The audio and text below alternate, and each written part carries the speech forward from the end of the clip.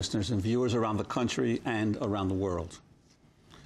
Pakistani President Pervez Musharraf announced his resignation today in the face of impeachment charges by Parliament. Musharraf made the announcement in a live television address to the nation. Therefore, keeping all circumstances in mind, and after consultations with legal advisors, close political supporters, and on their advice, in the interest of the nation and the country, I'm taking the decision of resigning from my office. My resignation will reach the Speaker of the National Assembly today.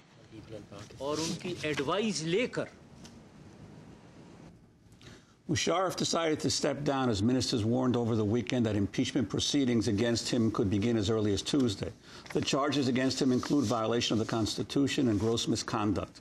In the hour-long televised address, Musharraf insisted that charges were false, but said he was stepping down to avoid plunging Pakistan into more uncertainty.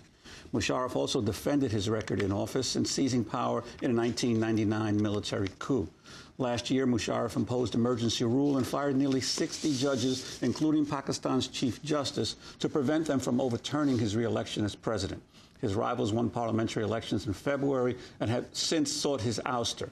Leaders of the ruling coalition are currently discussing whether to prosecute Musharraf in court on charges that were being planned for the impeachment process. U.S. Secretary of State Condoleezza Rice said Sunday that Musharraf has been a good ally, but that his future was an internal issue for Pakistan to determine.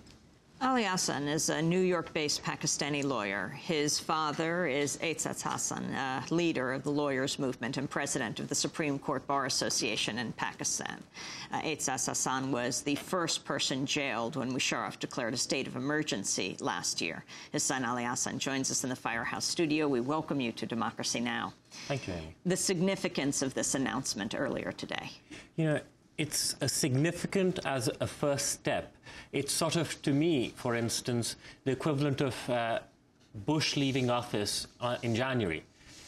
But it's not, it's an opening. What is important to note is that what the lawyers of Pakistan and people like myself who even here are advocating for is not just the ouster of individuals, but also the righting of the wrongs that they've committed. And as, for instance, in the US, if Guantanamo stays open, if torture remains a policy practiced by some arms of the government, Bush's departure changes nothing. And the fear for Pakistan is, it's an exuberant opening today, and no doubting that people like myself are hopeful. But this is the beginning. This is not the end. And that's critical from a Pakistani perspective. Musharraf did a number of things, especially in the recent past, that need to be rectified, such as the firing of the judges, such as his policies on picking up people and taking them away, such as the encroachment of the military and the intelligence services into civilian life. All of that now has to be rolled back, given that the figure of Musharraf has left. And the second thing, which I personally believe is extremely important and unfortunately will not happen, is that he will never be held accountable for what he has done. He is getting safe passage. He's being allowed to resign, quote-unquote, honorably.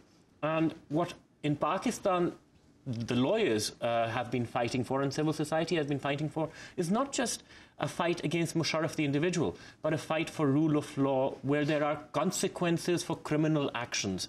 And what we're getting is, as long as you have friends in high places in the US administration, in the British government, you can get away quite literally with murder. And if worse comes to worse, we will give you an honorable exit out. And I think it sets a very bad precedent going forward in a country where dictators have a proclivity to come in. And you're telling them this is the worst that can happen to you, an honorable exit when everything goes wrong. And I, at some time, wish that we could try and hold these people to account. Now, what happens now? Who takes over?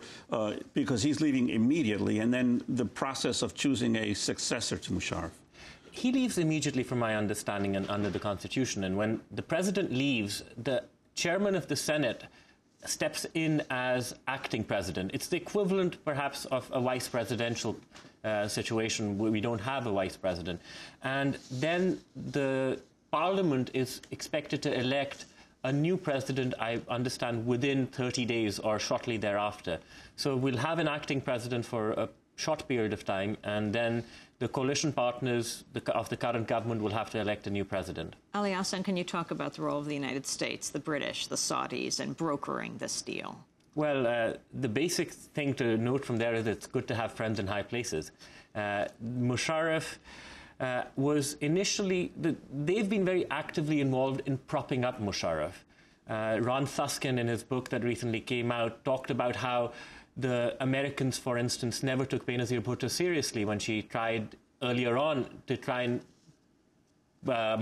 chart out her return to Pakistan, until last year when the lawyers' protest broke out and Musharraf tried to fire the Chief Justice, and they realized that Musharraf's position was becoming wobbly, at which point, in order to bolster him, they tried to bring in this facade, an arrangement between Benazir Bhutto and Musharraf, and not as a way to bring democracy to Pakistan, but as a way to give another veneer of legitimacy to Musharraf and to prolong his rule. Ron Susskind said something pretty amazing last week on Democracy Now!, author of The Way of the World. He was with Benazir Bhutto up until, 10 days before she was assassinated, and she was telling him in Quetta that she was waiting for Cheney, since the U.S. had really brought Benazir Bhutto back to Pakistan. She'd worked with them. She was waiting for Vice President Cheney to make the call to Musharraf to say, you better protect her. And that call never came. That Musharraf, first of all, had it in his full ability to protect her, to put the security on her that she needed. But that the Cheney call that would have made that necessary, the demand, didn't count. Well, it's not surprising that he said it didn't come from Cheney's office for people who follow this administration. But what it also illustrates is this administration's role in propping up people, not principles, contrary to some of their rhetoric. And the person in this case was Musharraf. And this is what happened right now as well.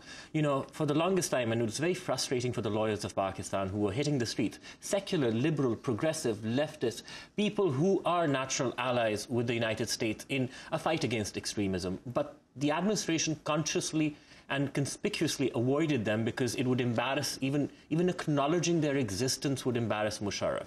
And what has happened now is, even during his de facto martial law late last year, the administration vocally and publicly supported him until a point was reached by now in which the people of Pakistan really changed the dynamics on the ground through voting in the elections, through their protests on the streets, when they realized that Musharraf's position is untenable. But even at that point, they demanded essentially an honourable exit. Mark Lyle Grant, the political director of the Foreign Office in the United Kingdom, just spent several days in Pakistan meeting all the functionaries very publicly. And he was one of the brokers of the original deal with Benazir Bhutto, and now was there ostensibly, by all accounts, to try and get a safe exit for Musharraf, an honourable, dignified exit for a military ruler who abrogated the constitution. And the same thing with the Saudi intelligence chief who flew in for 2 days. I mean, unfortunately for Pakistan, we tend to defer so much to these people. And in the case of the Saudi intelligence chief, in Pakistan, it's widely perceived that the Saudis, who wield tremendous influence, also act as proxies in these situations for the American administration. When Musharraf sent the earlier Prime Minister Nawaz Sharif into exile in Saudi Arabia, now reports indicate that President Clinton had leaned on the Saudis to help him go into exile. So it seems that that system is working out again.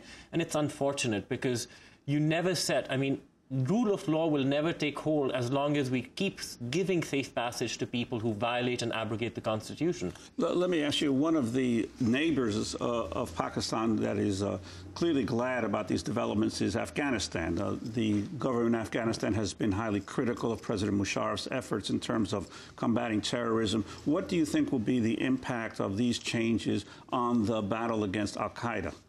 You know, I think in the longer term, it will have a positive impact. You can't expect. What the U.S. has done is it's relied on an individual and not on a population to fight this fight. It's messier to rely on democracy. It's messier because these decisions take more time.